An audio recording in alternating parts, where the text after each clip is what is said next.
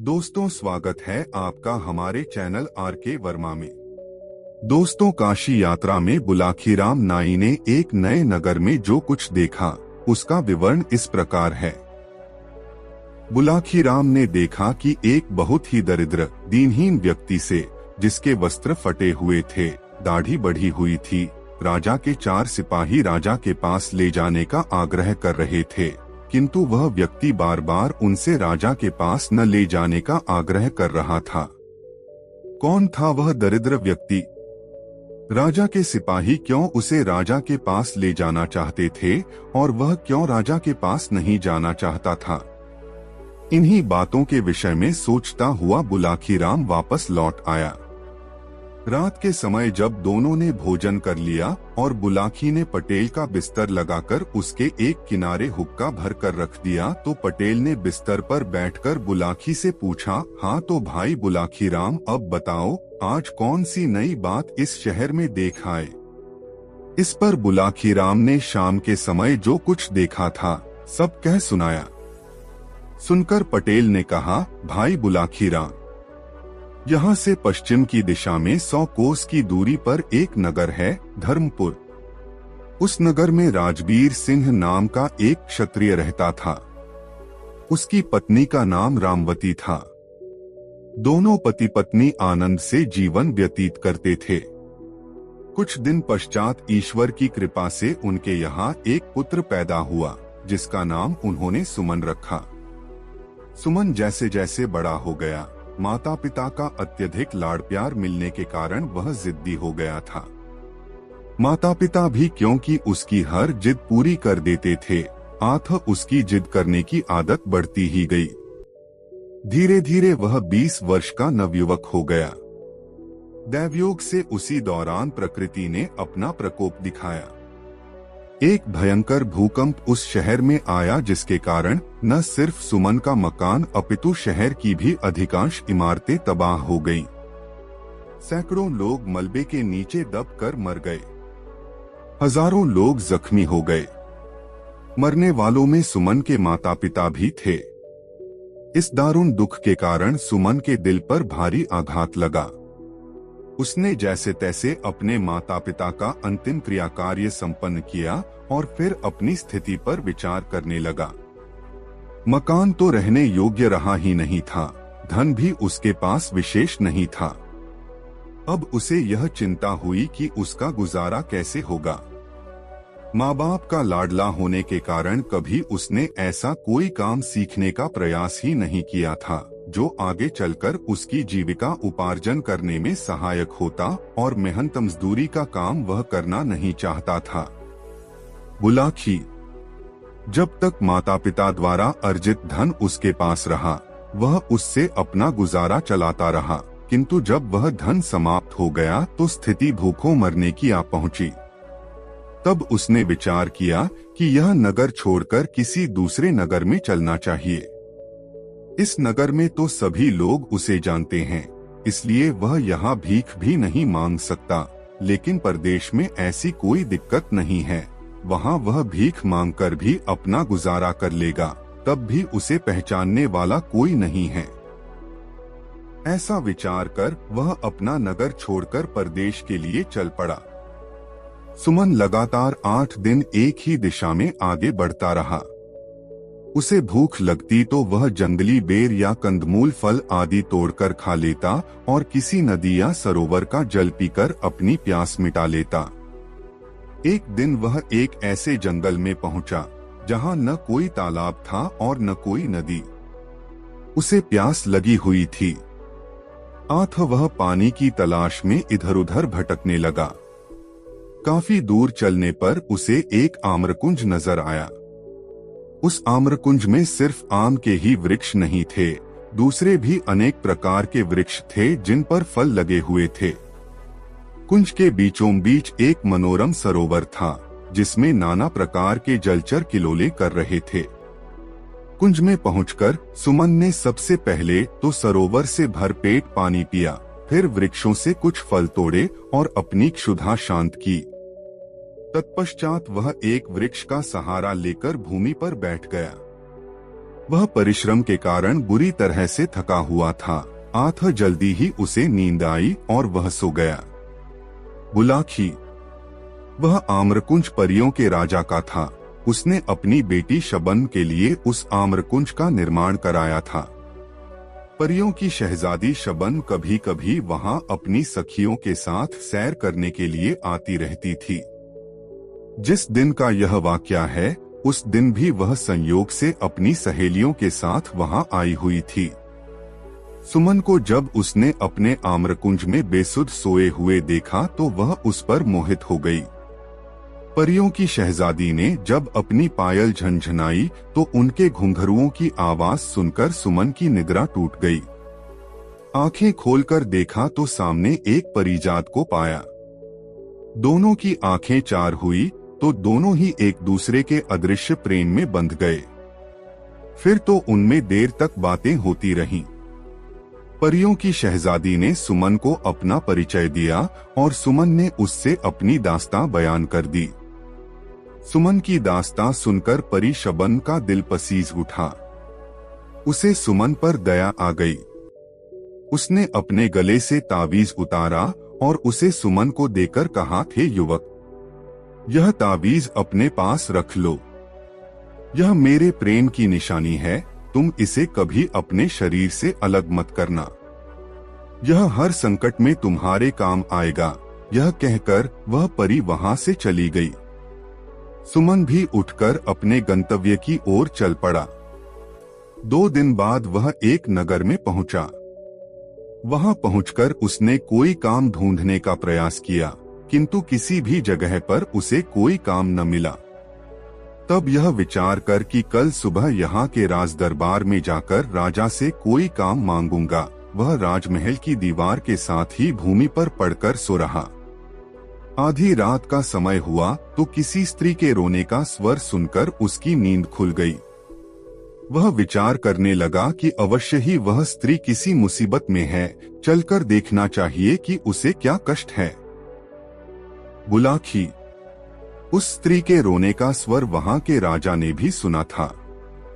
वह उस समय जाग रहा था, यह देखने के लिए कि उस दुखियारी स्त्री को क्या तकलीफ है जो वह आधी रात को इस प्रकार विलाप कर रही है। राजा महल से निकलकर उस दिशा में चल पड़ा जिधर से रोने का स्वर आ रहा था। उधर सुमन भी राजा से पहले उस स्त्री के रोने की दिशा में चल दिया था। अब आगे आगे सुमन और पीछे पीछे राजा, दोनों उस स्त्री की खोज में चल पड़े। सुमन राजा से पहले उस स्त्री के पास पहुंचा। उस स्त्री ने अच्छे वस्त्राभूषण धारण किए हुए थे। सुमन ने उसके पास जाकर पूछा, हे देवी, तुम्हें क्या कष्ट है जो आधी रात के समय में इस प्रकार विलाप कर रही हो? यह सुनकर उस स्त्री ने रोना बंद कर दिया। वह बोली, मेरा दुख जानकर क्या करेगा बेटा? तू तो स्वयं ही इस नगर में कोई परदेशी जान पड़ता है। तेरी हालत भी किसी दीनहीन व्यक्ति जैसी दिखाई दे रही है। मेरा दुख तो वही व्यक्ति दूर कर सकता है जो हर तरह की सामर्थ्य रखता हो। हे देवी, सुनकर सुमन ने कहा, जब अपने मुख से मुझे बेटा कहा है तो अपने बेटे से अपना दुख जरूर कहो। भला बेटा माँ के काम नहीं आएगा तो कौन काम आएगा?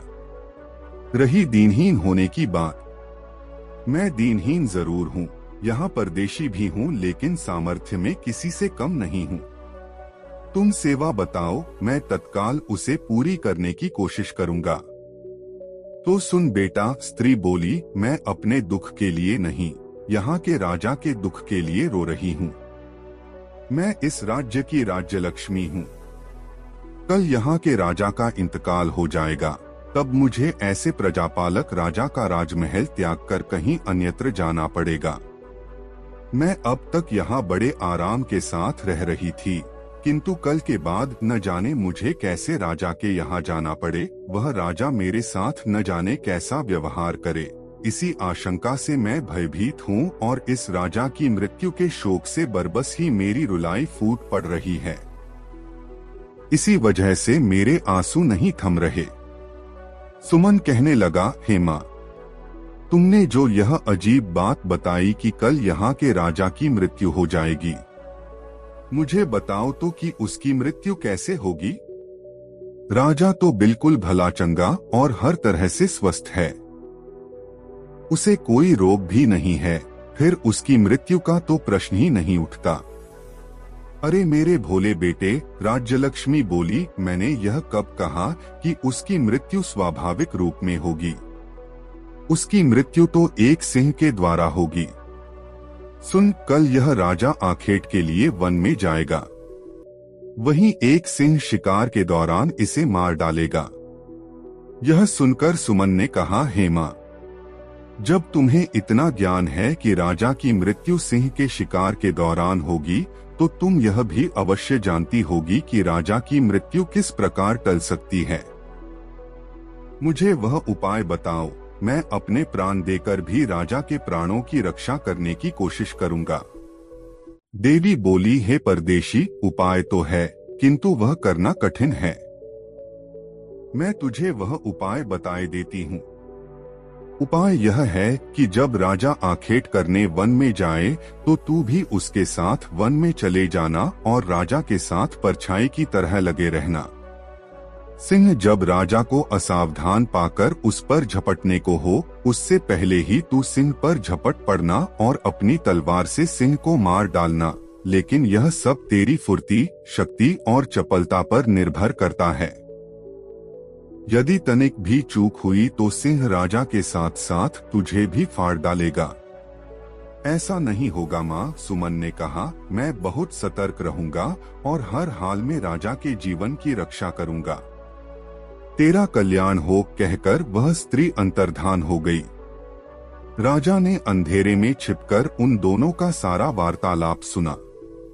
उसे अनजाने मित्र सुमन के ऊपर गर्व हो आया, जो न तो यहाँ का निवासी ही था और न राजा का कोई मित्र अथवा रिश्तेदार, फिर भी वह उसके लिए अपनी जान जोखिम में डालने को तैयार था। राजा उसी समय उसके सामने जाहिर होना चाहता था, किंतु न जाने क्या सोचकर उसने अपना कार्यक्रम बदल दिया। वह घूमा और सीधा अपने महल में चला गया। सुमन भी लौटकर अपने पहले वाली जगह पर पड़कर सो गया। बुलाखी राम। जब राजा अपने महल में आकर पलंग पर लेटा तो वह अपने मन में विचार करने लगा कि कल मैं शिकार करने के लिए जाऊंगा ही नहीं, और जब जंगल में जाऊंगा ही नहीं तो सिंह के हाथों मेरी मौत कैसे हो जाएगी। ऐसा विचार करके राजा ने निश्चय कर लिया कि कल किसी भी हालत में वह वन की ओर नहीं जाएगा, चाहे कैसी भी आवश्यकता क्यों न पड़ जाए। लेकिन राजा का यह निश्चय अगले दिन धरा का धरा रह गया। भोर होते ही राजा का एक परम मित्र उसके पास आ पहुंचा। उसका वह मित्र स्वयं भी एक रियासत का राजकुमार था और एक दक्ष शिकारी भी था। उसने जब राजा से शिकार करने के लिए वन में चलने को कहा तो राजा इनकार न कर सका और अपने शिकारियों को साथ लेकर वन की ओर चल पड़ा। इस बीच सुमन साये की तरह राजा के साथ लगा रहा। उस बेचारे के पास कोई हथियार तो था नहीं, अतः उसने निश्चय कर लिया कि अपने हाथों से ही वह सिंह का मुकाबला करेगा। हाका शुरू हुआ। शिकारी ढोल बजा जाकर जंगली जानवरों को खदेड़कर उस दिशा में लाने लगे जिधर राजा मचान पर अपने हथियारों से लैस होकर बैठा था। थोड़ी देर में एक कद्दावर सिंह उसे नजर आया। हाका तंग हुआ तो सिंह सीधा मचान की ओर लपका। राजा ने निशाना बांधा और सिंह पर तीर छोड़ दिया, लेकिन दुर्भाग्यवश तीर सिंह की छाती में न लगकर उसकी पूंछ के समीप जा लगा। इससे सिंह उत्तेजित हो गया और उसने मचान की ओर छलांग लगा दी। इस बार राजा ने उसकी ओर अपना भाला फेंका जो सिंह की पीठ में जा धंसा। सिंह ने एक झुरझुरी सी ली, अपनी पीठ लहराई और राजा का फेंका हुआ भाला उसकी पीठ से निकलकर नीचे गिर गया। इस बीच मचान के पास खड़ा सुमन मूकदर्शक की तरह खड़ा रहा। सिंह से नंगे हाथों भिड़ने का उसका हौसला न हुआ। तभी अचानक उसे याद हो आया कि परी शबन ने उसे एक ताबीज दिया था और कहा था कि यह ताबीज हर संकट में उसकी रक्षा करेगा। सुमन ने तब उस तावीज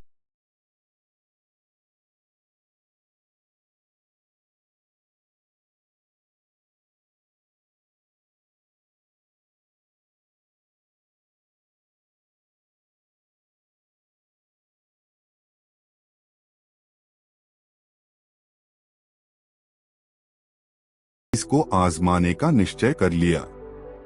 उसने गले में लटके तावीज को रगड़ा। रगड़ते ही तुरंत एक चमत्कार हुआ। शबन वहां प्रकट हुई और एक चमत्कारी तलवार उसे सौंपकर बोली, मुकाबला करो युवक, जीत तुम्हारी होगी। यह कहकर वह तुरंत ही अंतर्धान हो गई। सब कुछ इतनी जल्दी घटा कि राजा यह जान ही न सका कि कब परी वहां प्रकट हुई और कब अंतर्धान हो गई। बहरहाल सुमन के हाथों में तो अब एक अमोघ अस्त्र आ चुका था। अगली बार जब सिंह राजा की ओर उछला तो उसने एक भी पल का समय गवाए बिना तलवार सिंह के पेट में घुसेड़ दी। सिंह मरकर भूमि पर गिर पड़ा। सिंह के मरते ही राजा का आतंकित चेहरा फिर से खिल उठा। राजा के साथ गए सभी शिकारी भी शोर मचाने लगे कि राजा ने सिंह का शिकार कर लिया है। वह राजा की जय जयकार करने लगे। सुमन ने उनके आनंद में खलल डालना मुनासिब न समझा।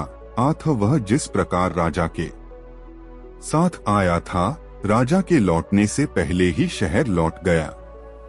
दूसरे दिन राजा को सुमन का ध्यान आया। उसने गंभीरता से मनन किया तो उसे मालूम हुआ कि सिंह की मृत्यु उसके भाले से नहीं, उस अनजान मददगार की तलवार से हुई थी, जो किसी देवदूत के समान अचानक ही वहां उसकी मदद के लिए पहुंच गया था। तब उसने सुमन को ढूंढकर लाने के लिए आदेश जारी कर दिए। दरअसल राजा सुमन को बुलाकर उसे सम्मानित करना चाहता था। वह चाहता था कि इस सेवा के बदले में वह उस युवक को सम्मान के साथ साथ कोई सम्मानीय पद भी अपने दरबार में दे, ताकि वह कुछ उऋण हो सके। इतनी कहानी सुनाकर पटेल जी खामोश हो गए। उन्होंने हुक्के की निगाली मुंह में लगाकर एक जोरदार कश खींचा। कुछ देर उस कश का आनंद उठाया, फिर ढेर सारा धुआं मुंह से उगलकर आगे कहा, बुलाखी, कहानी खत्म हो गई। अब पहचान की। वह युवक कौन था जिसे तू शाम को देखकर आया था? तो क्या स्वयं सुमन ही वह व्यक्ति था? बुलाखी बोला, और उसी को राजा के सिपाही अपने साथ ले चलने का आग्रह कर रहे थे, ताकि राजा उसे सम्मानित कर कोई अच्छा सा पद उसे राज दरबार में दे सके। बिल्कुल सही समझा तुमने, पटेल बोले, और चूंकि अब तुम्हारे प्रश्न का उत्तर तुम्हें मिल गया है, इसलिए अब लंबी तान कर सो रहो। मुझे भी बहुत जोरों से नींद आ रही है। तत्पश्चात दोनों सो गए। रात बीतती रही। दोस्तों, कहानी कैसी लगी कमेंट में जरूर बताएं। दोस्तों, काशी यात्रा में जब वे दोनों रात को एक दूसरे नगर में ठहरे तो वहां बुलाखी फिर बाजार में एक अजूबा नजारा देख आया। उसने जब वापस लौटकर यह बात गंगाराम पटेल को बताई तो गंगाराम ने अपना वही रटा रटाया वाक्य दोहरा दिया, अभी नहीं बुलाखी राम, मैं तेरी इस बात का उत्तर रात को सोते समय ही दूंगा। अभी तो यात्रा से चलकर आए हैं, थके हुए हैं। पहले नहा धोकर स्नान ध्यान कर लें। भोजन के पश्चात जब निवृत्त हो जाएंगे तब आराम से बिस्तर में लेटकर सारी बातें होंगी। अभी तो पहले तू अपनी, मेरी और उन दोनों बेचारे घोड़ों की पेट पूजा की तैयारी कर, क्योंकि हमारी तरह वे भी तो थके हुए होंगे। ऐसा कहकर पटेल शौचादि से निवृत्त होने के लिए चले गए। रात को जब वे दोनों फारिग होकर बिस्तर पर आ लेटे तो पटेल ने उससे कहा, हाँ तो बुलाखी राम जी, अब आप उस नई घटना को बताइए जिसे आज शाम आप इस नगर में देख आए हैं और जिसका रहस्य जानने के लिए आप मरे जा रहे हैं।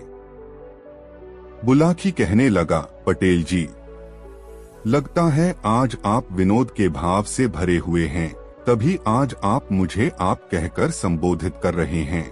अन्यथा आप तो मुझे तू के संबोधन से नवाजा करते थे। भाई बुलाकी सुनकर पटेल बोले, दो मित्रों में जब ज्यादा गहरा अपंत्व का भाव होता है वहाँ सारी औपचारिकताएं अपने आप खत्म हो जाया करती हैं। मेरी बातों का बुरा मत माना कर, मैं तुझे अपना मानता हूँ न, इसलिए ऐसी आदत पड़ गई है। बहरहाल छोड़ इस बात को और बता कि तूने आज शाम कौन सा अजूबा दृश्य देखा था। पटेल जी, आज शाम जब मैं बाजार से लौट रहा था तो मैंने एक आदमी को एक चबूतरे पर एक खंभे के साथ बंधा हुआ देखा। उसके समीप ही एक सैनिक भी खड़ा था। चबूतरे के ऊपर एक सरकारी निर्देश टंगा हुआ था जिस पर लिखा था, हर खासवान को यह निर्देश दिया जाता है कि जो भी शख्स इस राह से गुजरे वह कोड़ा उठाकर इस व्यक्ति को गिनकर 5 कोड़े अवश्य मारे। जो इस निर्देश का पालन नहीं करेगा उसे राजा की ओर से 5 कोड़े लगाकर दंडित किया जाएगा। पटेल जी, जब मैंने उस निर्देश को पढ़ा था तो मैंने सोचा कि इसका दंड जाने बिना में इसे कोड़े क्यों मारूं। यही सोचकर मैं वहां से खिसकना चाहता था कि तभी वहां खड़े सैनिक ने मुझसे कहा, क्यों भाई, क्या 5 कोड़े खाने का इरादा है? नहीं तो मेरे मुंह से निकला। तब उस सैनिक ने मुझे घुड़का और कहा, यदि 5 कोड़े नहीं खाना चाहता है तो नीचे पड़े उस कोड़े को उठा और इस आदमी को 5 कोड़े लगा। पटेल जी, उस सैनिक के कहने पर तब मुझे उस कैदी को 5 कोड़े लगाने पड़े। बस तभी से मेरी आत्मा पर यह बोझ पड़ा हुआ है कि मैंने उस आदमी का अपराध जाने बिना 5 कोड़े मारे। अब आप उस कैदी के विषय में बताइए और यह भी बताइए कि किस अपराध के कारण उसे यह सजा भुगतनी पड़ रही है। बुलाकी पटेल बोले, अपनी आत्मा पर पड़ा बोझ उतार दे और यह समझ ले कि उस आदमी को 5 कोड़े लगाकर तूने सवाब का काम किया है।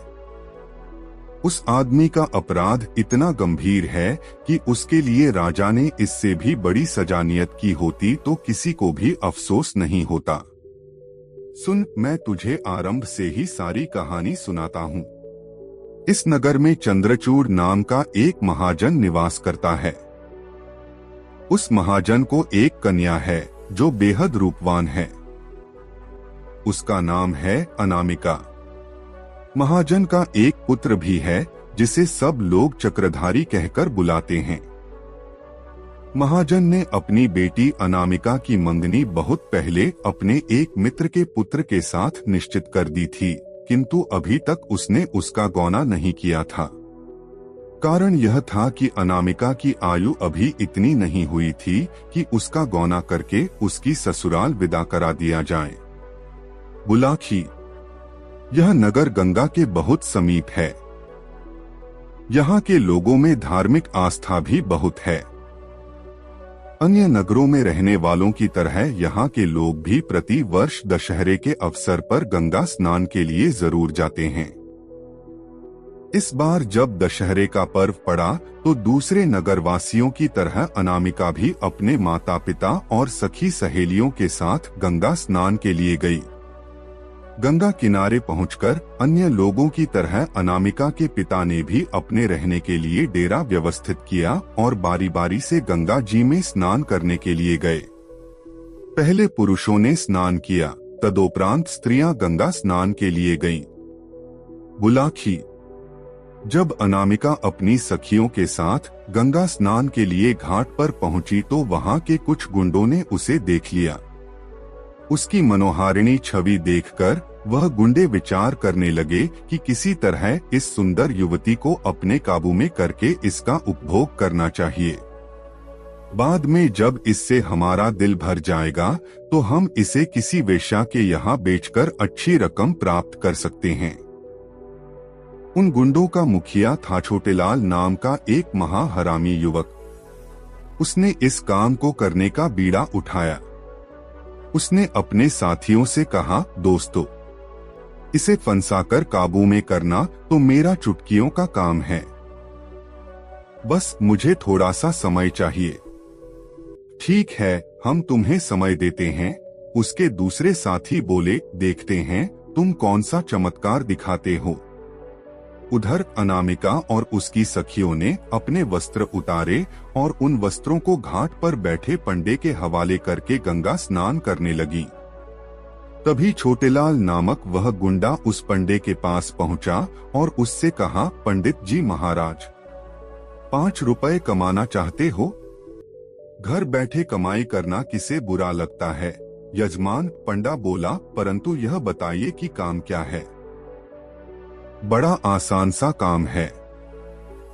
तुम्हारे पास ये जो जनाने कपड़े रखे हैं, इनमें से एक साड़ी निकालकर मुझे थोड़ी देर के लिए दे दो। छोटेलाल ने कहा, तुम साड़ी के साथ कोई छेड़छाड़ करना चाहते हो? पंडे ने आशंकित स्वर में पूछा।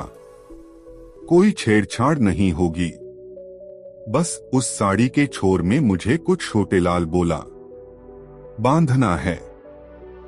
यह कोई जोखिम भरा काम नहीं था, इसलिए 5 रुपए लेकर पंडे ने अनामिका की साड़ी उसकी ओर खिसका दी।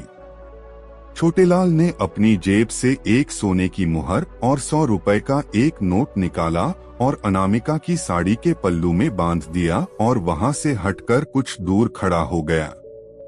कुछ देर बाद अनामिका और उसकी सखियां स्नान करके बाहर निकलीं और अपने अपने वस्त्र पहनकर चलने लगी।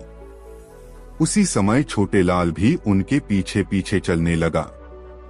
जब वह अपने डेरे के समीप पहुंची तो छोटेलाल ने पीछे से आकर अनामिका का बाजू थाम लिया।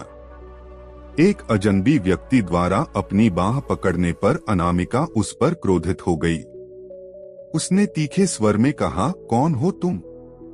मेरी बाह पकड़ने की तुम्हारी हिम्मत कैसे हुई? यह क्या कह रही हो अनामिका? क्या अपने मित्र छोटेलाल को भूल गई? छोटेलाल ने आश्चर्य व्यक्त करने का नाटक करते हुए कहा, मैं तुम्हें नहीं जानती, छोड़ो मेरा हाथ। कहकर अनामिका ने छोटेलाल का हाथ झटक दिया। तुम मुझे खूब जानती हो अनामिका, छोटेलाल ने कहा, वर्षों से हम दोनों एक दूसरे से एकांत में मिलते रहे हैं। अब शायद अपनी इन सहेलियों की उपस्थिति में तुम मुझे पहचानने से इनकार कर रही हो। बुलाखी। इस प्रकार वहां दोनों में तकरार होने लगी। मेले का मौका था, आठ भीड़ इकट्ठी हो गई। वो हल्ला सुनकर अनामिका का पिता, उसका भाई आथा नगर के दूसरे परिचित लोग भी वहां आ पहुंचे और एक लड़की को छेड़ने और उसके को बुरा भला कहते हुए उसकी पिटाई करने लगे। जब छोटेलाल काफी पिटा टेलाल उसने रोने का अभिनय करते हुए कहा, आप लोग मुझे बेकार ही पीट रहे, नेता को कोई अभद्र बात नहीं की है। इस लड़की से मेरा काफी पुराना परिचय है, इसने तो करे साथ विवाह करने का वादा भी किया हुआ है। विवाह का वादा? अनामिका के पिता ने आश्चर्य से पूछा। हाँ जी, विवाह का वादा, छोटेलाल कुटिलता से बोला। विश्वास न हो तो पूछ लो इससे, आज यहाँ आने से पहले भी यह मुझसे मिली थी। इसने अपने खर्चे के लिए मुझसे 100 रुपए और एक सोने की मोहर भी मांगी थी, जो मैंने अपनी माता के रुपयों में से चुराकर इसे लाकर दिए थे। झूठ बोलता है तू, अनामिका का पिता दहाड़ा। अरे भिखमंगे, मेरे पास धन की क्या कमी है जो मेरी बेटी तुझसे खर्च के लिए पैसे मांगती? यह तो आप अपनी बेटी से ही पूछिए, छोटेलाल ने रुआंसे स्वर में कहा। क्यों री कलंकिनी? अनामिका के पिता ने क्रोध से लाल पीले होते हुए अनामिका को झिंझोड़ा। क्या तूने इस आदमी से 100 रुपए और एक सोने की मुहर ली थी? यह आदमी झूठा है पिताजी। मैं गंगा माता की कसम खाकर कहती हूँ कि आज से पहले मैंने इसकी शक्ल भी नहीं देखी। यह मुझ पर झूठा लांछन लगा रहा है, अनामिका ने सुबकते हुए कहा। सेठ जी, अगर मैं झूठा साबित हूँ तो आप यही मुझे 100 जूते मारना और जो भी सजा आप देना चाहें मैं खुशी से मंजूर कर लूंगा, पर पहले आप अपनी बेटी की तलाशी तो लीजिए। मैंने आज जो रकम इसे दी थी वह अभी भी इसके पास ही होगी, छोटेलाल बोला। सबको यह विचार पसंद आया। अनामिका की तलाशी ली गई तो साड़ी के पल्लू में बंधी दोनों चीजें बरामद हो गईं। इस पर तो सब लोग अनामिका और उसके पिता को दोषी मानने लगे। सब लोग उन पर थू-थू करने लगे। बुलाखी। तब अनामिका के पिता और उसके भाई को अनामिका पर इतना क्रोध आया कि उन्होंने उसी घड़ी अनामिका का त्याग कर दिया। वे घर लौट गए और छोटेलाल अनामिका का हाथ पकड़कर विजेता की तरह उसे ले चला।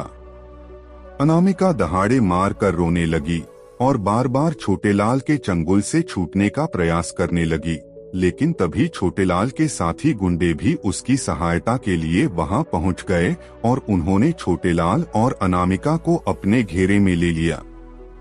बुलाखी।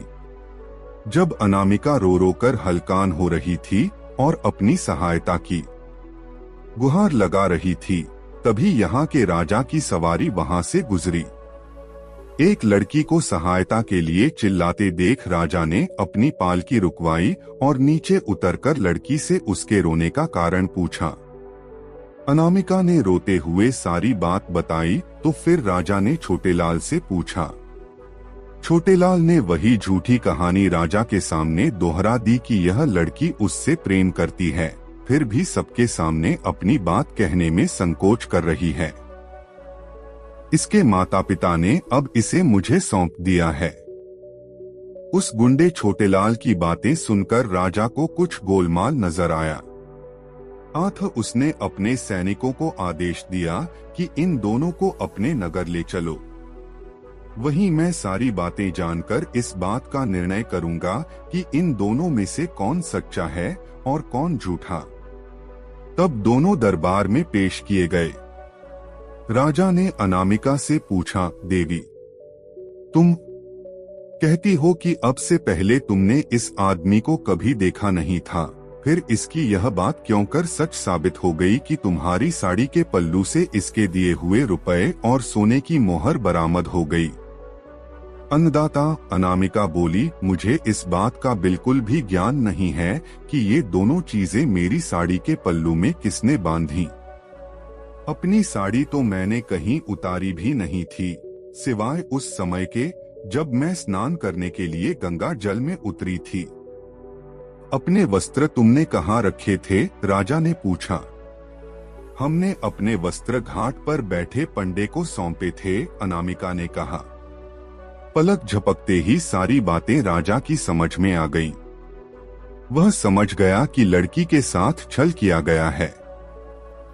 तब उसने उस पंडे को दरबार में पेश होने का हुक्म दिया और पंडे के पहुंचने पर राजा ने उसे दंड का भय दिखाया तो भय से कांपते हुए पंडे ने सब कुछ बक दिया। उसने बता दिया कि यह काम छोटेलाल ने ही किया था। बुलाखी। सच्चाई जानकर राजा ने अनामिका के पिता को बुलाकर अनामिका तो उसे सौंप दी और उस पंडे और छोटेलाल के साथियों को पकड़कर उन्हें 100 कोड़े लगाने की सजा दी और क्योंकि मुख्य अपराधी छोटेलाल था, उसे यह सजा दी कि इस दिन तक इसे खंभे से बांधकर इस पर कोड़े बरसाए जाएं। साथ ही यह आदेश भी लिखकर वहां चिपका दिया कि जो भी राहगीर वहां से गुजरे वह छोटेलाल को 5 कोड़े जरूर मारे, यदि वह ऐसा नहीं करेगा तो फिर राजाज्ञा से 5 कोड़े उसी को मारे जाएंगे। कहानी का समापन कर पटेल बोले, सोहे बुलाखी। यह है सारी कहानी। अब राजा की आज्ञा से छोटेलाल को सजा दी जा रही है। अपने कुकर्म का फल उसे भोगना पड़ रहा है। जो दृश्य आज तूने देखा है वह उसी समय का है। उम्मीद है यह सब जानकर तेरी उत्सुकता शांत हो गई होगी। अब मुझे भी सोने दे और स्वयं भी सो रह, कहकर पटेल ने आंखें मूंद ली। बुलाखी भी सोने की तैयारी करने लगा। दोस्तों, कहानी कैसी लगी कमेंट में जरूर बताएं। एक रात बुलाखी पटेल जी के घर आया और पटेल जी से कुछ बातें करने लगा। बुलाकी बड़े संशय से बोल रहा था, पटेल जी, इस दुनिया में क्या हकीकत में कहीं खजाना छुपा हुआ है? क्या किसी को मिला है अभी तक कोई खजाना, या बस यूं ही लोग कहानियां सुनाते हैं? इस सवाल का जवाब है पटेल जी। पटेल जी बोले, अरे भाई बुलाकी, यह दुनिया रहस्यों से भरी हुई है। तुझे आज ऐसी पहले की कुछ घटी हुई घटनाएं सुनाता हूँ, ध्यान देकर सुनना और बीच में हुकारा देते रहना, नहीं तो कहानी बंद जब तक नींद नहीं आती। ठीक है? ठीक है पटेल जी, बुलाकी बोला। बुलाकी बहुत समय पहले एक घने जंगल के बीच बसे गांव का नाम था पारधनपुर। यह गांव अपनी रहस्यमय कहानियों और एक विशाल काले पहाड़ के लिए मशहूर था।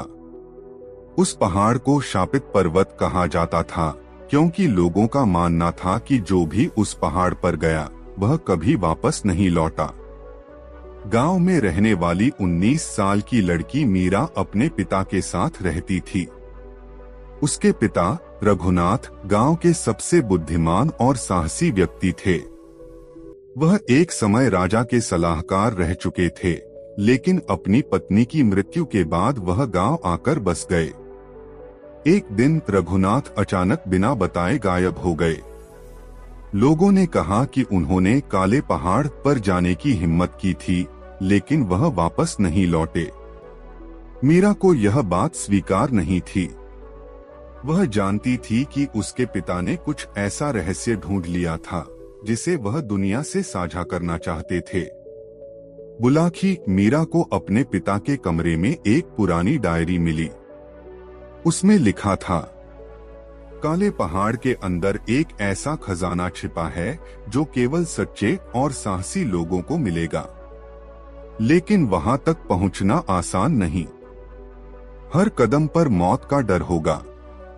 डायरी के साथ एक नक्शा भी था जो पहाड़ तक पहुंचने का रास्ता बताता था। मीरा ने ठान लिया कि वह अपने पिता को ढूंढेगी, चाहे कुछ भी हो जाए। मीरा ने अपने सबसे अच्छे दोस्त आर्यन को यह बात बताई। आर्यन एक बहादुर और समझदार युवक था। उसने मीरा के साथ जाने का वादा किया। दोनों ने अपनी यात्रा शुरू की। रास्ते में उन्हें एक सुनसान गांव मिला। उस गांव में हर तरफ सन्नाटा था, लेकिन कुछ झोपड़ियों से अजीब सी आवाजें आ रही थीं।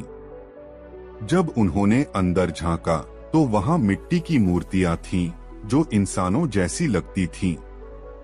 आर्यन ने महसूस किया कि ये मूर्तियां असली इंसानों की थीं, जिन्हें किसी शाप से पत्थर बना दिया गया था। तभी एक बूढ़ा आदमी वहां आया। उसने बताया कि यह गांव भी काले पहाड़ के शाप का शिकार है।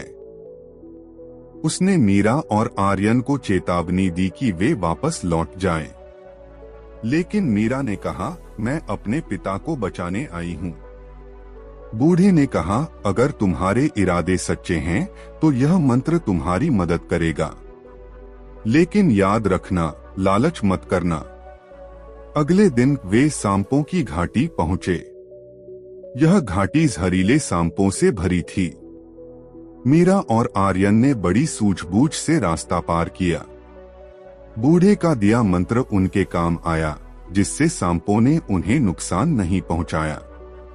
घाटी पार करने के बाद वे एक विशाल महल पहुंचे। यह महल अदृश्य ताकतों से भरा था। वहां हर दरवाजा एक नया रहस्य खोलता था। पहली चुनौती थी सच्चाई और झूठ में फर्क करना। एक कमरे में 2 दरवाजे थे। एक दरवाजा खजाने की ओर ले जाता था और दूसरा मौत की ओर। एक व्यक्ति ने उन्हें गुमराह करने की कोशिश की, लेकिन मीरा ने अपनी बुद्धिमानी से सही दरवाजा चुना। एक और कमरे में एक बर्फीला तालाब था। तालाब पार करने के लिए उन्हें अपनी सबसे प्रिय चीज छोड़नी थी। मीरा ने अपनी माँ की दी हुई अंगूठी पानी में डाल दी, जिससे रास्ता खुल गया। महल पार करने के बाद वे आखिरकार काले पहाड़ के अंदर पहुँचे। वहाँ एक विशाल गुफा थी, जिसमें सोने और हीरे का खजाना चमक रहा था। लेकिन खजाने के पास एक शिलालेख लिखा था, यह खजाना उस व्यक्ति का है जो अपने लालच को त्याग देगा और दूसरों की भलाई के लिए इसका उपयोग करेगा। तभी वहां मीरा के पिता रघुनाथ नजर आए। उन्होंने बताया कि वह इस खजाने की खोज में फंस गए थे। उन्होंने कहा, यह खजाना गांव के विकास के लिए है, लेकिन इसे पाने के लिए हमें अपनी सच्चाई साबित करनी होगी। अचानक गुफा के अंदर एक राक्षस प्रकट हुआ। उसने कहा, यह खजाना लेने के लिए तुम्हें अपनी सबसे बड़ी कमजोरी कुर्बान करनी होगी। मीरा ने कहा, मेरी सबसे बड़ी कमजोरी मेरे पिता हैं, लेकिन अगर गांव की भलाई के लिए मैं उन्हें खोना पड़े तो मैं तैयार हूं। यह सुनकर राक्षस मुस्कुराया और गायब हो गया। खजाना उनके हवाले कर दिया गया। मीरा, आर्यन और रघुनाथ गांव लौटे। उन्होंने खजाने का उपयोग गांव को खुशहाल बनाने के लिए किया। गांव में स्कूल, अस्पताल और पानी की व्यवस्था की गई। मीरा और आर्यन की बहादुरी को पूरे राज्य में सराहा गया। बुलाकी, इस कहानी से हमें सीखना चाहिए कि सच्चाई, साहस और त्याग से हर मुश्किल को पार किया जा सकता है।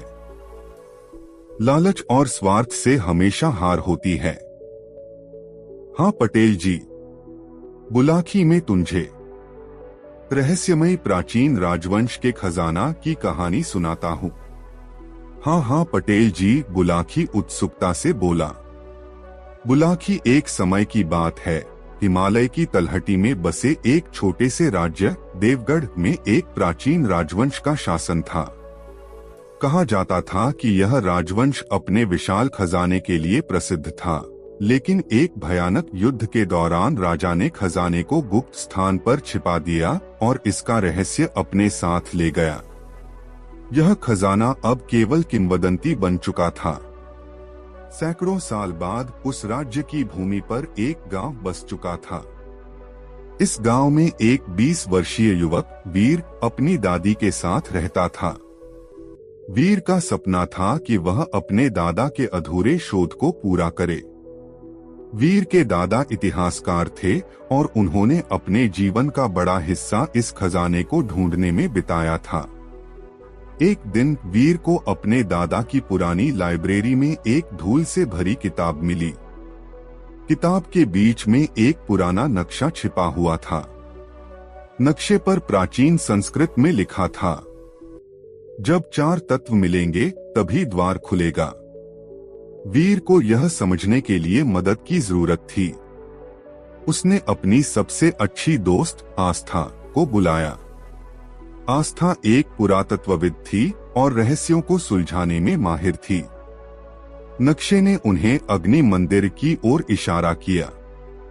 यह मंदिर गांव से 30 किलोमीटर दूर एक ज्वालामुखी के पास स्थित था।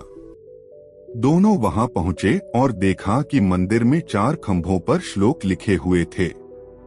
इनमें से एक श्लोक ने कहा, जहां अग्नि को बुझाया जाएगा वहीं सत्य प्रकट होगा। आस्था ने जल्दी ही समझा कि उन्हें ज्वालामुखी के सबसे ठंडे हिस्से तक पहुंचना होगा। रात के समय दोनों ने ज्वालामुखी के आधार पर एक गुप्त दरवाजा खोज निकाला। अंदर उन्हें एक लाल रंग का क्रिस्टल मिला। नक्शे का अगला संकेत उन्हें एक विशाल झील की ओर ले गया। झील के बीच में एक छोटी गुफा थी। गुफा तक पहुंचना खतरनाक था क्योंकि झील का पानी ठंडा और गहरा था, लेकिन वीर ने हिम्मत दिखाते हुए तैरकर गुफा तक पहुंचने का रास्ता ढूंढा। गुफा के अंदर एक शिलालेख पर लिखा था, जो प्रवाह के विपरीत चलेगा वही खजाने का हकदार होगा। आस्था ने सुझाव दिया कि झील के पानी की उल्टी धारा पर ध्यान दिया जाए।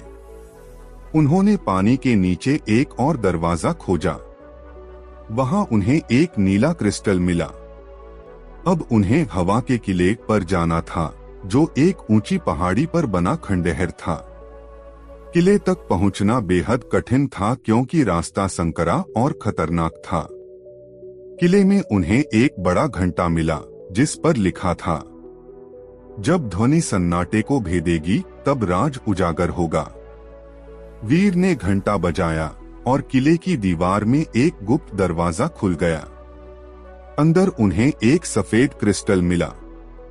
अंतिम संकेत उन्हें एक गुप्त सुरंग की ओर ले गया जो गांव के पास एक पहाड़ के नीचे थी।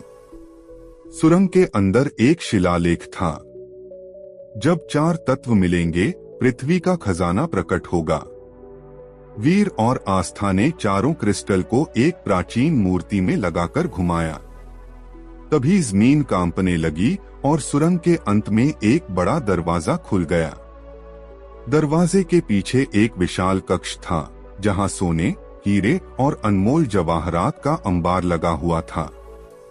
लेकिन सबसे हैरान करने वाली चीज थी एक शिलालेख जिस पर लिखा था, यह खजाना उन लोगों के लिए है जो इसे सबके भले के लिए उपयोग करेंगे।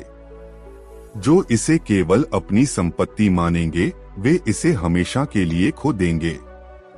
वीर और आस्था ने तय किया कि इस खजाने का इस्तेमाल गांव और आसपास के लोगों की भलाई के लिए करेंगे। उन्होंने खजाने से एक स्कूल, अस्पताल और जल प्रबंधन की व्यवस्था की। खजाने के साथ उन्हें वीर के दादा का एक पुराना पत्र भी मिला जिसमें लिखा था, वीर, यह खजाना केवल संपत्ति नहीं बल्कि हमारी विरासत है। इसे संभालना तुम्हारी जिम्मेदारी है। वीर ने अपने दादा का सपना पूरा किया और देवगढ़ को एक समृद्ध और खुशहाल स्थान बना दिया। बुलाखी। सच्चाई, परिश्रम और परोपकार हमेशा इंसान को महान बनाते हैं। खजाना केवल धन का नाम नहीं बल्कि विश्वास और नेक इरादों का प्रतीक है। मित्रों, यह कहानी आपको कैसी लगी कमेंट में जरूर बताएं। पटेल जी आगे बोले, बुलाखी, अब तू एक बहुत अनोखी कहानी सुन अदृश्य खजाने की। अदृश्य खजाना, यह कैसा खजाना है पटेल जी? पहले कहानी सुन ले फिर समझ आ जाएगा। बुलाखी, जैसा कि बहुत समय पहले पहाड़ियों के बीच बसे एक गांव में एक युवा लड़का राजू अपनी मां के साथ रहता था। राजू के पिता एक साहसी खोजी थे जो खजाने की खोज में कई साल पहले गायब हो गए थे। उनकी आखिरी खोज एक रहस्यमयी अदृश्य खजाने की थी जिसके बारे में कहा जाता था कि वह इंसान की किस्मत बदल सकता है।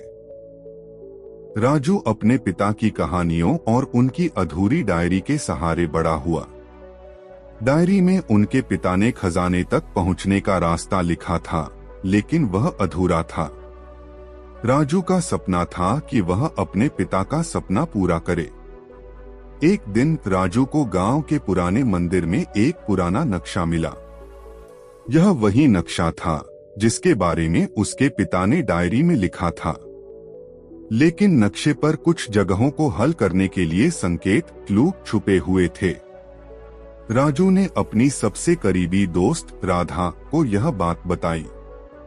राधा पढ़ाई में तेज थी और रहस्यों को सुलझाने में माहिर थी। दोनों ने तय किया कि वे इस खजाने की खोज करेंगे। नक्शे के अनुसार पहला संकेत एक घने जंगल में था।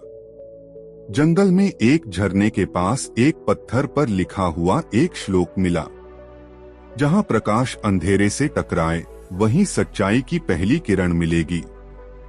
राधा ने जल्दी से श्लोक का मतलब समझा और झरने के पीछे एक गुफा की ओर इशारा किया। गुफा में जाने पर उन्हें एक पुरानी मशाल मिली जिसके ऊपर लिखा था, यह मशाल उस दरवाजे को खोलेगी जो अंधकार में छिपा है। अब नक्शे ने उन्हें एक खड़ी पहाड़ी की ओर निर्देशित किया। पहाड़ी पर चढ़ना बेहद खतरनाक था। दोनों ने बड़ी मुश्किल से पहाड़ी चढ़ी। वहां उन्हें एक गुफा मिली जिसके दरवाजे पर अजीब निशान बने हुए थे। राजू ने मशाल जलाकर दरवाजे पर रखी तो दरवाजा अपने आप खुल गया। गुफा के अंदर एक पुरानी किताब रखी थी जिसमें लिखा था, जो सच्चाई का साथ देगा वही खजाने तक पहुंचेगा। किताब में बताया गया कि खजाना उसी गांव में छिपा है जहां से राजू और राधा ने अपनी यात्रा शुरू की थी। लेकिन खजाना पाने के लिए उन्हें गांव के पुराने कुएं में एक सत्य पत्थर ढूंढना होगा। दोनों गांव लौटे और कुएं में कूद गए। कुएं के अंदर उन्हें एक चमकता हुआ पत्थर मिला। लेकिन तभी गांव का लालची जमींदार ठाकुर वीरेंद्र वहां आ गया। उसने दोनों को कुएं से बाहर निकलने से रोक दिया और पत्थर छीनने की कोशिश की। जैसे ही ठाकुर ने पत्थर को हाथ लगाया, पत्थर से एक तेज रोशनी निकली और उसने ठाकुर को जकड़ लिया। पत्थर ने कहा, यह खजाना केवल उन्हीं को मिलेगा जिनके इरादे नेक हैं। ठाकुर बेहोश होकर गिर पड़ा और पत्थर ने राजू और राधा को गांव के पुराने मंदिर की ओर निर्देशित किया। मंदिर के गर्भगृह में उन्हें एक और दरवाजा मिला जो पत्थर की मदद से खुला। अंदर एक विशाल कक्ष में सोने, हीरे और जवाहरात भरे हुए थे। लेकिन वहां एक शिलालेख पर लिखा था, यह खजाना केवल गांव के भले के लिए है। जो इसे खुद के लिए रखेगा वह सब कुछ खो देगा। राजू और राधा ने गांव वालों को बुलाया और खजाने को सबके बीच बांट दिया। उस खजाने से गांव में स्कूल, अस्पताल और जल संचय के साधन बनाए गए। राजू ने अपने पिता के अधूरे सपने को पूरा किया और खजाने का सही उपयोग किया। अब उसका गांव खुशहाल और समृद्ध था। बुलाकी, हमेशा याद रखना, जब नेक इरादों के साथ काम किया जाए तो रास्ते की हर मुश्किल आसान हो जाती है। हाँ पटेल जी, आप सही कह रहे हो। दोस्तों, वीडियो को एक लाइक जरूर करें। फिर पटेल जी आगे बोले, बुलाकी में तुझे एक और रहस्यमय अंधेरे का उजाला प्राचीन समय की कहानी सुनाता हूँ। हाँ पटेल जी, सुनाइए। पटेल जी बोले, बुलाकी, बहुत समय पहले एक प्राचीन और रहस्यमय राज्य था जिसे कालग्राम कहा जाता था। यह राज्य हर समय अंधेरे में डूबा रहता था। कोई नहीं जानता था कि यहाँ सूरज क्यों नहीं उगता। इसके लोग अजीब तरीके से जीते थे, बिना दिन और रात के अंतर को महसूस किए। परंतु एक पुराने किंवदंती के अनुसार राज्य के अंधेरे का कारण एक खजाना था, जिसे अगर खोज लिया जाए तो यह राज्य फिर से उजाले में आ सकता था।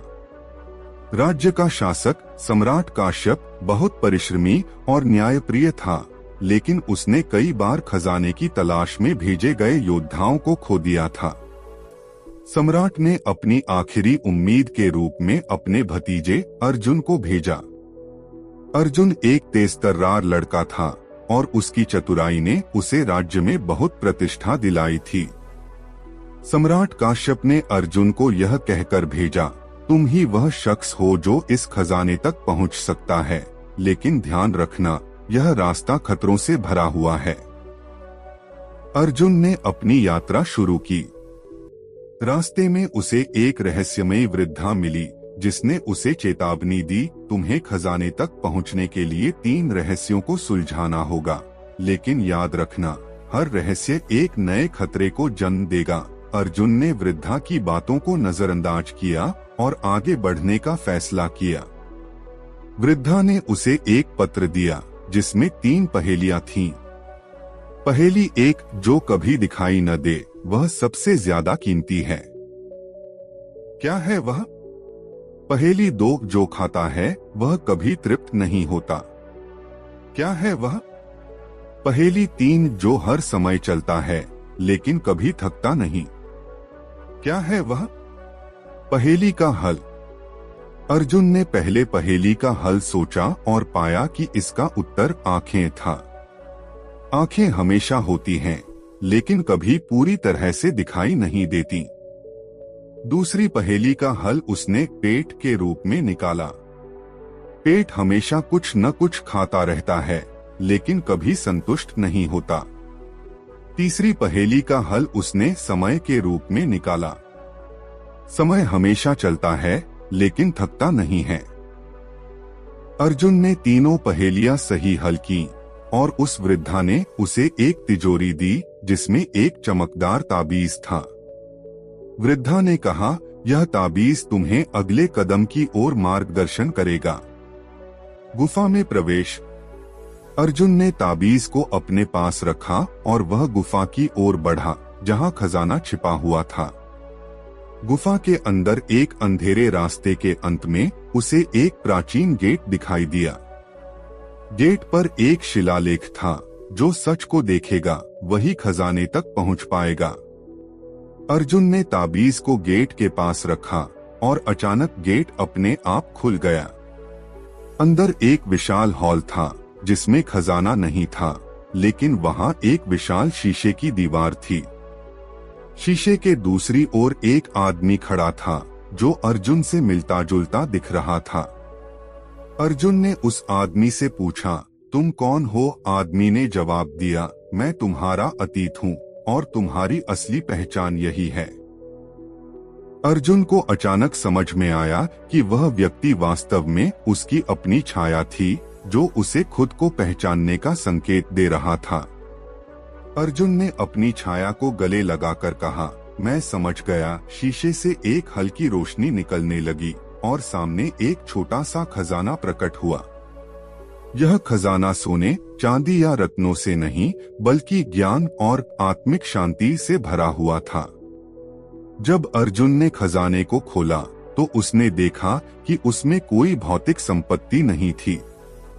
उस खजाने में केवल एक किताब थी जो जीवन के वास्तविक उद्देश्य और आत्मज्ञान के बारे में थी।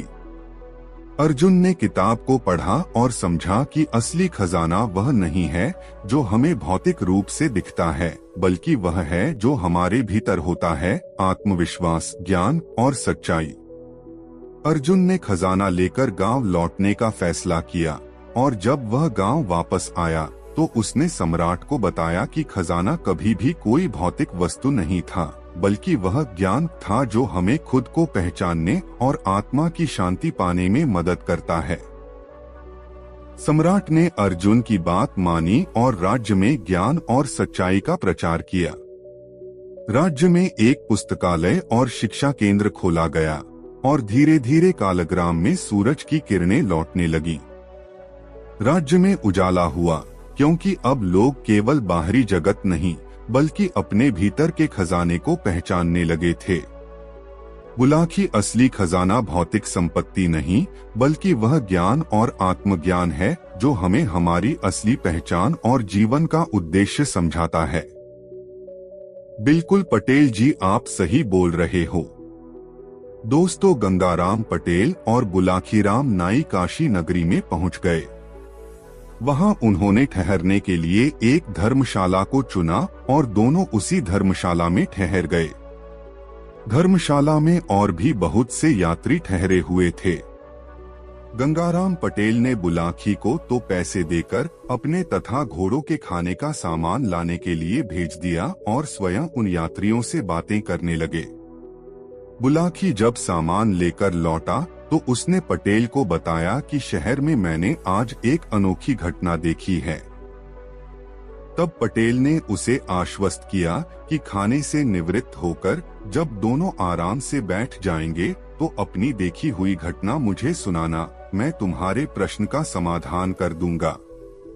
चुनाचे जब वे दोनों भोजन कर चुके और बुलाकी ने उनके लिए हुक्का भरकर रख दिया तो हुक्के से कश खींचकर पटेल ने बुलाकी से कहा, हाँ तो भाई बुलाकीराम, अब बता कि तूने आज शहर में कौन सी अनोखी घटना देखी है। पटेल जी, आज जब मैं बाजार से अपने और आपके लिए आटा, दाल और घी तथा घोड़ों के लिए दाना रातिब लेकर लौट रहा था तो राह भूलकर एक चौराहे पर जा निकला। वहां पर मैंने देखा कि वहां यहाँ का राजा और उसके साथ और भी बहुत से आदमी मौजूद थे। पास ही में एक भट्ठी पर एक बहुत बड़े कड़ाह में तेल खौल रहा था। तभी राजा के सामने दो पुरुष और एक स्त्री को उपस्थित किया गया। उन दोनों पुरुषों का दावा था कि ये स्त्री उसकी पत्नी है। कहने का अर्थ यह है कि दोनों पुरुष उस स्त्री पर अपना अपना दावा पेश कर रहे थे। तब राजा ने निर्णय दिया कि तुम में से जो भी पुरुष इस तेल से भरे खौलते कड़ाह में स्नान कर सही सलामत बाहर निकल आएगा, उसी को यह स्त्री दे दी जाएगी। पटेल जी। राजा की यह बात सुनकर उनमें से एक आदमी तो निराश होकर मुंह लटकाकर एक ओर को खड़ा हो गया, जबकि दूसरे आदमी ने अपना जांघिया उतारकर खौलते कड़ाह में छलांग लगा दी। आश्चर्य की बात यह है कि उस खौलते तेल में स्नान करने पर भी उस आदमी का बाल बांका न हुआ और वह सही सलामत कड़ाह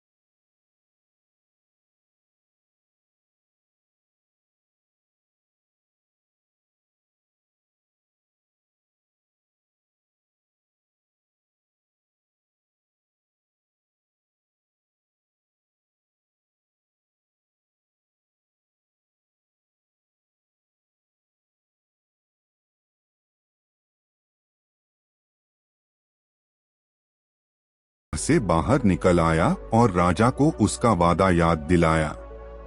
इस पर राजा ने उस आदमी को तो गिरफ्तार करा लिया और वह स्त्री उस आदमी को दे दी जो तेल में स्नान करने के नाम पर निराश होकर खड़ा हो गया था। अब आप इस रहस्य का वेधन कीजिए कि वादे के अनुसार राजा ने वह स्त्री उस प्रतियोगिता में विजयी व्यक्ति को न देकर दूसरे व्यक्ति को क्यों दे दी। यह सुनकर पटेल बोले, गुलाखी, इस रहस्य को जानने से पहले यह सुन कि वे दोनों आदमी कौन थे, तभी सारी बातें तुझे आराम से समझ में आएंगी। यहाँ से काफी दूर के फासले पर किशनगढ़ नाम का एक बहुत बड़ा नगर है। वहाँ के राजा का नाम वीरेंद्र सिंह था। राजा वीरेंद्र का एक पुत्र था जिसका नाम गजेंद्रपाल सिंह था। गजेंद्रपाल का जैसा नाम था वैसा ही वह शक्तिशाली भी था। आए दिन वह आखेट करने के लिए वनों में जाता रहता था। एक दिन राजकुमार आखेट करने के लिए वन में गया तो लौटते समय बड़ी भयानक आंधी में घिर गया। आंधी के कारण वह अपना कार्य भूल गया और एक दूसरे रास्ते पर चल पड़ा। राजकुमार को अपनी इस भूल का पता तब चला जब वह अपने नगर में पहुंचने के स्थान पर एक अन्य नगर में पहुंच गया। राजकुमार ने जब उस नगर के निवासियों से उस स्थान की जानकारी चाही तो उन्होंने बताया कि वह इस समय कामरूप राज्य में है, जो एक बड़े देश चीन के बिल्कुल निकट है। यह जानकर राजकुमार को भारी आश्चर्य हुआ।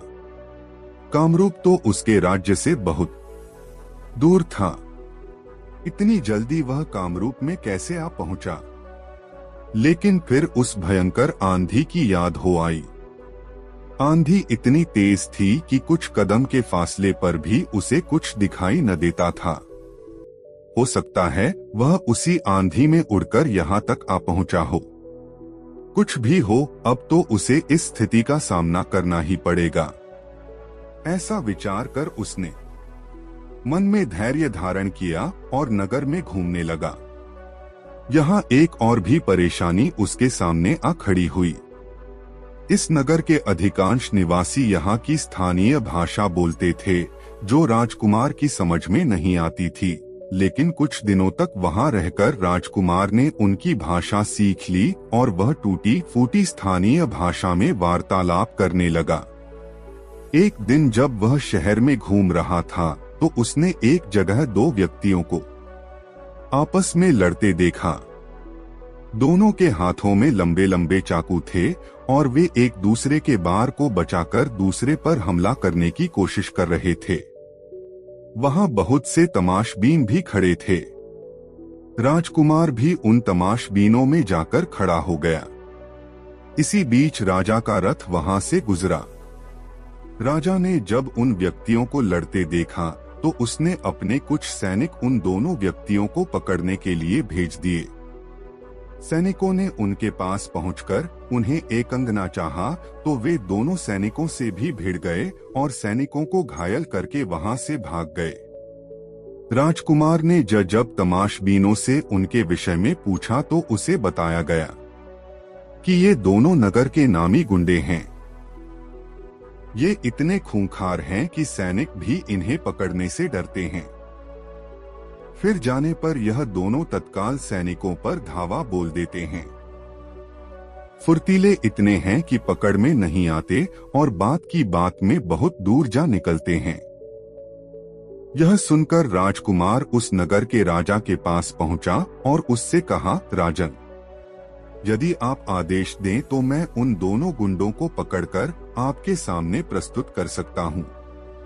यह सुनकर राजा ने गौर से उसकी ओर देखा और बोला, कोई परदेशी मालूम होते हो, तभी ऐसा दावा कर रहे हो?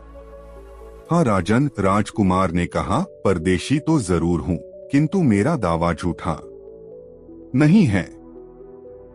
मैं अपनी बात को सत्य करके दिखला सकता हूँ। तब फिर हमारा आदेश है कि उन्हें पकड़कर हमारे समाने ले आओ। यदि तुम ऐसा कर सके तो हम तुम्हें पुरस्कारों से लाद देंगे। आदेश मिलने की देर थी कि राजकुमार विद्युत गति से उस ओर दौड़ पड़ा जिधर वे दोनों गुंडे सैनिकों को घायल कर अपने चाकू चमकाते हुए भाग निकले थे। राजकुमार को मल्ल विद्या का अच्छा ज्ञान था। उसके गुरु ने उसे ऐसे ऐसे दांवपेच सिखा रखे थे कि वह 100 आदमियों पर भी भारी पड़ सकता था। बात की बात में वह उन गुंडों के पास पहुंचा और हुंकार भरते हुए गुंडों से भिड़ गया। बड़ी चपलता से पहले तो उसने उन दोनों के चाकू छीने, फिर उन्हें लात घूंसों और मुक्कों पर रख लिया। कुछ ही देर में दोनों गुंडों के कसबल ढीले हो गए। किसी चूहे की भांति उनकी गरदनें पकड़े उन्हें साथ लेकर राजकुमार राजा के पास लौट आया और दोनों गुंडे राजा के सैनिकों के हवाले कर दिए। राजकुमार का ऐसा पराक्रम देखकर वहां का राजा बहुत खुश हुआ। वह राजकुमार को अपने महल में ले आया। वहां उसने राजकुमार की बहुत खातिर की और फिर उसका परिचय पूछा। राजकुमार ने जब उसे यह बताया कि वह भी एक राजा का बेटा है, तब तो राजा को और भी खुशी हुई। वह अपनी बेटी के विवाह के लिए बहुत चिंतित रहता था। उसकी इच्छा थी कि उसकी बेटी का विवाह किसी ऐसे नौजवान के साथ हो जो बुद्धि और पौरुष दोनों में ही बेमिसाल हो। उसे ये दोनों गुण इस युवक में नजर आए। एक दिन राजा शिकार करने के लिए निकला। अपने साथ वह राजकुमार गजेंद्रपाल सिंह को भी ले गया। जंगल में एक सिंहों का समूह उन्हें नजर आया। राजा ने सिंह का शिकार करने की इच्छा से अपना घोड़ा उन्हीं सिंहों के समूह की ओर दौड़ा दिया। राजकुमार भी कहाँ पीछे रहने वाला था। शिकार करना तो उसका प्रिय शौक था। आठ वह भी भाला और तलवार लेकर राजा के पीछे पीछे अपने घोड़े को दौड़ाता हुआ चल पड़ा। राजा को घोड़ा दौड़ाते हुए अपनी तरफ आते देखकर सिंहों का समूह चौकन्ना होकर खड़ा हो गया। उनमें से जो दुर्बल सिंह थे वह तो पीछे मुड़कर भाग लिए, लेकिन जो बलवान सिंह थे वे मुकाबला करने को तत्पर हो गए। राजा ने निशाना बांधकर अपना भाला एक सिंह पर चलाया। निशाना चूक गया। भाला सिंह के शरीर को छूता हुआ भूमि में जा गड़ा। क्रोधित होकर सिंह ने उछाल भरी और अपने पंजे की जोरदार थाप घोड़े की थूथन पर जमा दी। वार इतना करारा था कि घोड़ा लड़खड़ा गया। घोड़े के लड़खड़ाने से राजा का संतुलन बिगड़ गया और वह भूमि पर आ गिरा। तभी दूसरा सिंह राजा पर झपट पड़ा। राजा ने फुर्ती से उठकर म्यान में रखी अपनी तलवार निकालनी चाहिए, लेकिन तभी सिंह के पंजे की एक करारी चोट उसे लगी और वह उछलकर दूर जा गिरा। तत्काल ही उसे मूर्छा आ गई। तब तक राजकुमार भी सिंहों के पास पहुंचा। एक सिंह अभी राजा पर झपटने की तैयारी कर ही रहा था कि राजकुमार का फेंका हुआ भाला सनसनाता हुआ उसकी छाती में पैवस्त हो गया। सिंह ने एक भयंकर दहाड़ मारी और वह भूमि पर लोटपोट होने लगा। दूसरा सिंह भी झपटने ही वाला था कि राजकुमार ने उसकी थूथन पर तलवार का वार कर दिया। सिंहों की थूथन उनकी सबसे संवेदनशील जगह होती है। आठ थूथन पर वार होते ही सिंह एकदम घबराकर पीछे हट गया। एक बार उसने अपने साथी सिंह को भूमि में लोटपोट होते देखा और फिर भयभीत होकर घनी झाड़ियों की ओर दौड़ लगा दी। राजकुमार गजेंद्रपाल घोड़े से उतरा। घोड़े की पीठ पर मौजूद छागल से पानी निकाला और राजा के मुंह पर पानी के छींटे मारे। जल के छींटे लगने से राजा को होश आ गया और वह उठकर बैठ गया। उसने कृतज्ञता भरी दृष्टि राजकुमार पर डाली। राजकुमार बोला, उठिए राजन, आज आपने शेर का शिकार कर लिया है। नहीं राजकुमार, यह शिकार मैंने नहीं, तुमने किया है। सिंह के पंजों की चोट खाकर मैं तो अचेत हो गया था। तभी तुम्हारा फेंका हुआ भाला सिंह की छाती फाड़ता उसकी छाती के आर पार निकल गया। आज तुमने मेरी जान बचाई है। महल पहुंचकर मैं तुम्हारे इस उपकार का पुरस्कार तुम्हें अवश्य दूंगा। बुलाखी, कथा तो बहुत लंबी है, मैं तुम्हें संक्षेप में ही सुनाता हूँ। महल में पहुंचकर राजा ने अपनी बेटी का विवाह राजकुमार गजेंद्रपाल सिंह के साथ कर दिया।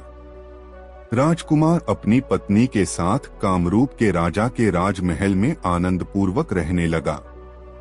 जब उसे वहां रहते हुए कई महीने बीत गए तो एक दिन उसने पत्नी से कहा, प्रिय, यहाँ रहते हुए मुझे बहुत समय बीत गया है। अब मुझे अपने घर की याद सताने लगी है। मेरे परिवार वालों को मेरे बारे में कुछ भी पता नहीं है। वे बेहद चिंता कर रहे होंगे। आठ हमें अपने